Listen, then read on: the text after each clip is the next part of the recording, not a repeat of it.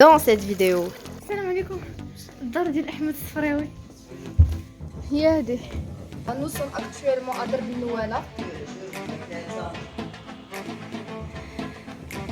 Et voilà le patio.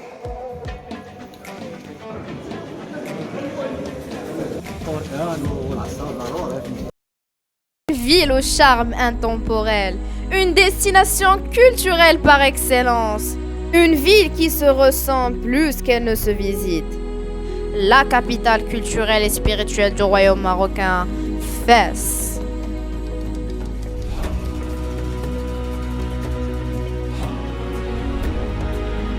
Dans cette vidéo, nous allons franchir les murs de cette fameuse Médina afin de vivre une journée dans la vie de Ahmed Sfraoui et visiter sa maison.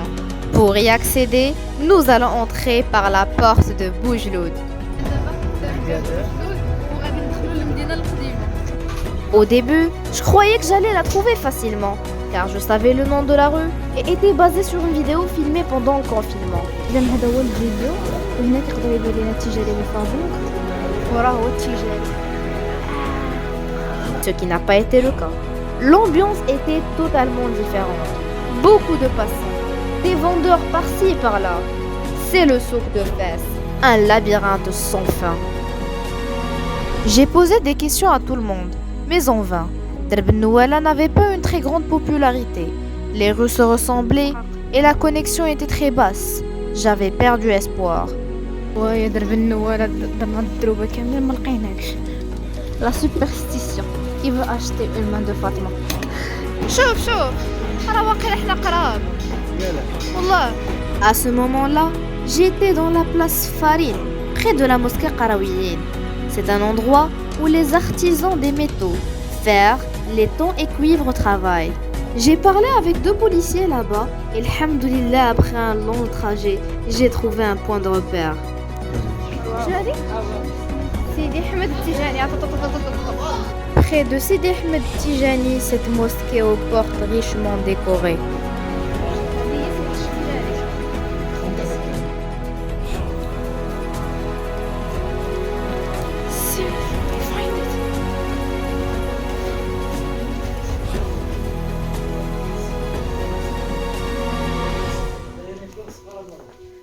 صبر.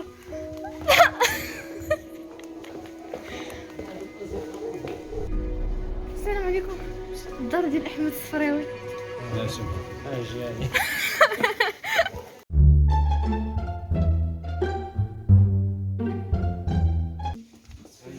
Le monsieur m'a dit qu'il n'y a pas quelque chose d'intéressant à voir à l'intérieur. Mais malgré cela, j'ai insisté. Ah, c'est moi qui vois cette boîte à merveille chaque jour. J'ai passé des heures à la chercher et ne pas entrer. باقي لنا 3 minutes ونوصلوا لباب الطالعة. درب النوالة. الدرب اللي قلت راه مازال تحت. باب النواله راه كتعرف من مدينه وقيله مدينه الشراطي. قلت لك راه زدنا بزاف. Ahmed Sfraoui est un écrivain marocain né à Fès en 1915 et maintenant nous allons rentrer à sa maison. Je vois au fond d'une impasse que le soleil ne visite jamais. Un petit enfant de 6 ans qui court jusqu'au bout de la ruelle pour voir passer les ânes. Nous habitions Chouefa, la maison de la voyante. Effectivement, au rez-de-chaussée, habitait une voyante de grande réputation. Nous sommes actuellement au milieu de Chouefa et je vais vous faire une petite présentation.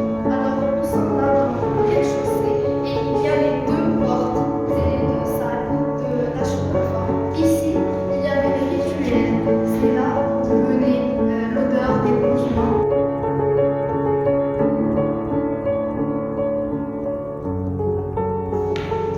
Et la deuxième, et là c'est le patio.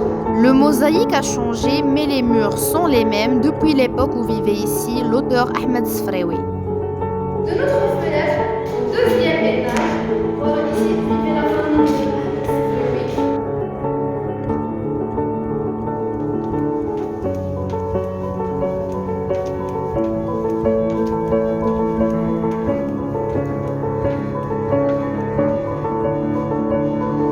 Nous partagions avec Fatma Bziouia le deuxième étage. Nos deux fenêtres faisaient vis-à-vis et donnaient sur le patio. un vieux patio dont les carreaux avaient depuis longtemps perdu leur émau de couleur.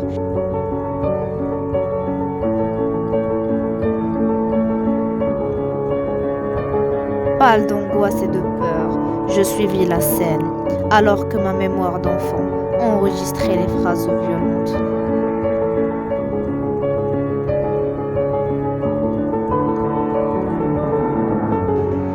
Et voilà le patio.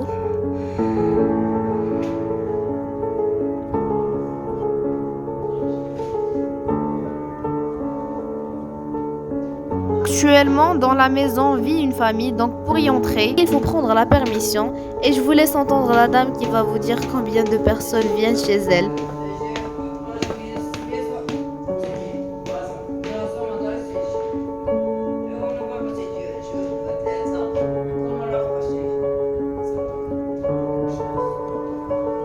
دربي هو